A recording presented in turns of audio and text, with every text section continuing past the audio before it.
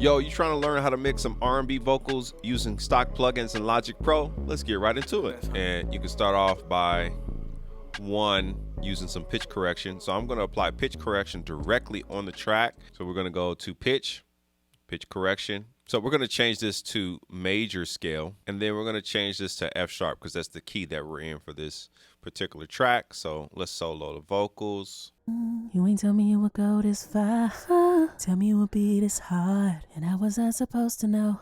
And so today's vocals that we're going to be working with is my sis Chaz. So you could check her stuff out. I got all of her information in the description of this video, and this song is available to stream if you want to go ahead and check it out. Basically, you can control the response to get more of a T-Pain sound, where if you put it all the way on the fast response, you can get that nice hip hop digital sound. I'm praying that it was gonna get this toxic. So we're going for more of a smooth R&B sound. So we're going to move this on more of the slower side. So about like 200 milliseconds is fine. And so I'm going to apply this across all of the tracks. So we're going to hit the letter X on our keyboard to pull up our mixer. And then we're going to come over here to the pitch correction. We're going to click on this, hold, hit Option, and now we're going to drag this pitch correction over just like that. I actually like to start off with a de-esser first in my chain. So I'm going to go over to my dynamics, and then you're going to come over here to de-esser 2 and go to stereo. So what I'm going to do right now is reduce those S's a little bit. First thing you want to do is change this filter. You want to change it to catch all of the top end, and then we're going to mess with the frequency and the threshold. So we're going to find the sweet spot. So we have to listen to make sure that we get a good balance. I supposed to know. You ain't tell me in that fine print that it was gonna get this toxic. Was it really necessary to take me through? Cool. That's good for right now because I'm going to brighten up the vocal, and it's going to have more of a controlled brightness. So that's cool right there. So we have our threshold at about negative 16.7 dB, max reduction 17.5 dB, and the frequency about 7K and some change. That'll get us over for right now. The next thing I'm going to do is I actually like to put a compressor on there. So we're going to go to our compressor, and we're going to use this one right here, the Platinum Digital. And so we're going to change this threshold from 2 to 1. We're going to change this over to about like a 3 to 2.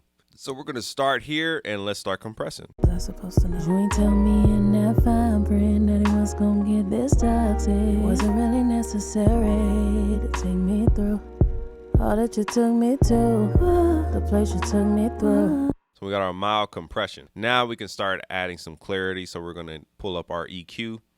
And so the first thing I like to do is roll off this low end that's unnecessary and keep the integrity of her voice, but also let's blend her vocal into this track, which is really important. I supposed to know. You ain't tell me in that fine print that it was gonna get this toxic. Was it really necessary to take me through all that you took me to, the place you took me through? Excellent. So now that we got that, I'm going to get rid of some of the harsh mid-range kind of stuff going on. So I'm going to find those spots. I supposed to know. You ain't tell me in that fine print that it was gonna get this toxic. Was it really necessary? So what I'm going to do now is shorten this bell. And you can do that by clicking this icon down here and dragging up to shorten the bell.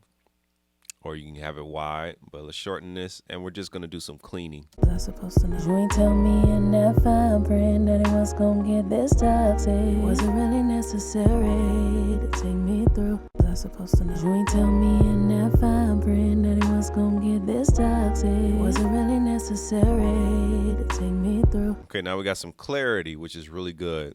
So now I'm gonna add some presence to her vocal by adding some of the top mid-range. And so we're going to grab this band right here. And again, we're going to shorten this Q a little bit. And let's bring some presence to where we audibly hear vocal, which is around your 2K area. I supposed to know. You ain't tell me in that fine print that it was gonna get this toxic. Was it really necessary to take me through all that you took me to, the place you took me through? I supposed to know. You ain't tell me in that fine print that it was gonna get this toxic. Was it really necessary to take me through? And we're just gonna bring a little bit of that up. I'm supposed to know. You ain't tell me in that fine print that it was gonna get this toxic. Was it really necessary to take me through? Cool. All right, guys. So I wanted to let you guys know that I do have vocal templates for Logic Pro. I got the link in the description for those. Take full advantage of them, and let's get right back into this tutorial. Now we're gonna add another realm of compression. So we're gonna go back to our compressors, and we're gonna go to stereo. And this time we're gonna use a different compressor to act a little differently. So we're going to use the classic VCA compressor, and this is gonna basically catch those peaks and, you know, kind of level out everything and kind of give us a little bit of a vibe. I'm supposed to know. You ain't tell me in that fine print that it was gonna get this toxic. Was it really necessary to take me through all that you took me to, the place you took me through? Cool. So it's just catching those peaks. So I settled around minus 28 dB. We got the ratio to 2:1, so it's a little bit harder. And then we mess with the makeup gain, just brought that down a little bit. The next thing I'm going to do is add some enhancement EQ and then de-ess the back end of the vocal. So we're going to go into our EQ, and then we're going to go to I like to use the vintage tube EQ, and I just like this simply for top end, just for air.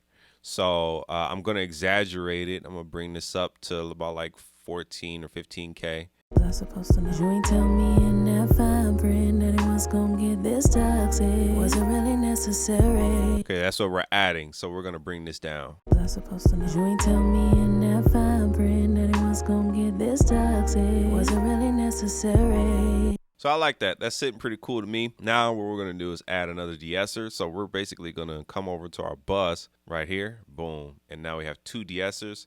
So for this one, we're basically going to de-ess on the back end. I'm supposed to know. You ain't tell me in that fine print that it was going to get this toxic. Was it really necessary to take me through all that you took me to, the place you took me through? So we arrived at 13 dB, minus 13 dB. Of the threshold, the max reduction about 19.2 dB, and then we did the high end to about 9K and some change. Let's go ahead and let's cover the essentials on the leads, which is reverb and delay. I have my buses set up already, but you can go to your sends on the bus channel where you have all your lead vocals, or the track stack in this case. You're gonna go to sends, bus, and then I've done this already, but you can just go ahead and select, you know, bus 10, bus 11, whatever you want. So in this case, it's going to be bus 6 for the verb. So now we're going to apply some reverb here. So what I'm going to do is get the space designer, and we're going to send some of this vocal to the reverb with this knob right here. You ain't tell me it was going to be like this. There we go. You ain't tell me it would go this far. Tell me it would be this hard, and I wasn't supposed to know. And it automatically makes the vocal sound super wide just by adding that space verb. So what I'm going to do now is EQ this reverb on a separate track so I can do it independently. You ain't tell me it was going to be like this. You ain't tell me it would go this far. Tell me it would be this hard, and I wasn't supposed to know what I signed up for. And now you have a transparent reverb that works in the track. So the next thing we're going to do is we're going to add some delay. And so for the delay that I like to use is any kind of ping pong delay. So we're going to bust this to the delay bus, which is bus 7. And so we're going to come over here, and then we're going to go to delay, and we're going to go to stereo delay. And we're going to slow these down. Let's do a half note for this one. And then let's do a quarter note for this one. All right, now let's turn up the delay bus. You ain't tell me it was gonna be like this. You ain't tell me it would go this far. Tell me it would be this hard, and I wasn't supposed to. Cool. So that's how it sounds off the bat. Now what I'm gonna do is I'm gonna apply some channel EQ. So I'm actually gonna copy and paste the same EQ that we used on the reverb. So I'm just gonna click on this, hit Option, and drag this over. Cool. And then now we have the same EQ on the delay. So I'm going to put the delay over to the left, and then I'm going to put the EQ over to the right. And I'm going to shape this delay. You ain't tell me it was going to be like this. You ain't tell me it would go this far. Tell me what beat is hard, and I was not supposed to know what I signed up for. 'Cause you ain't Cool. Now that we shaped it, now we can turn down the delay and get a nice blend of the reverb and the delay working together. You ain't tell me it was gonna be like this. You ain't tell me it would go this far. Tell me what beat is hard, and I was not supposed to know what I signed up for. All right, guys, I hope you got some value from this video. Check it out. If you did, give your boy a thumbs up, subscribe to the YouTube channel, and turn on those bell notifications so you don't miss anything else. And if you want to know more about mixing in Logic, go ahead. I got another video queued up for you right over here, and I'll see you over there.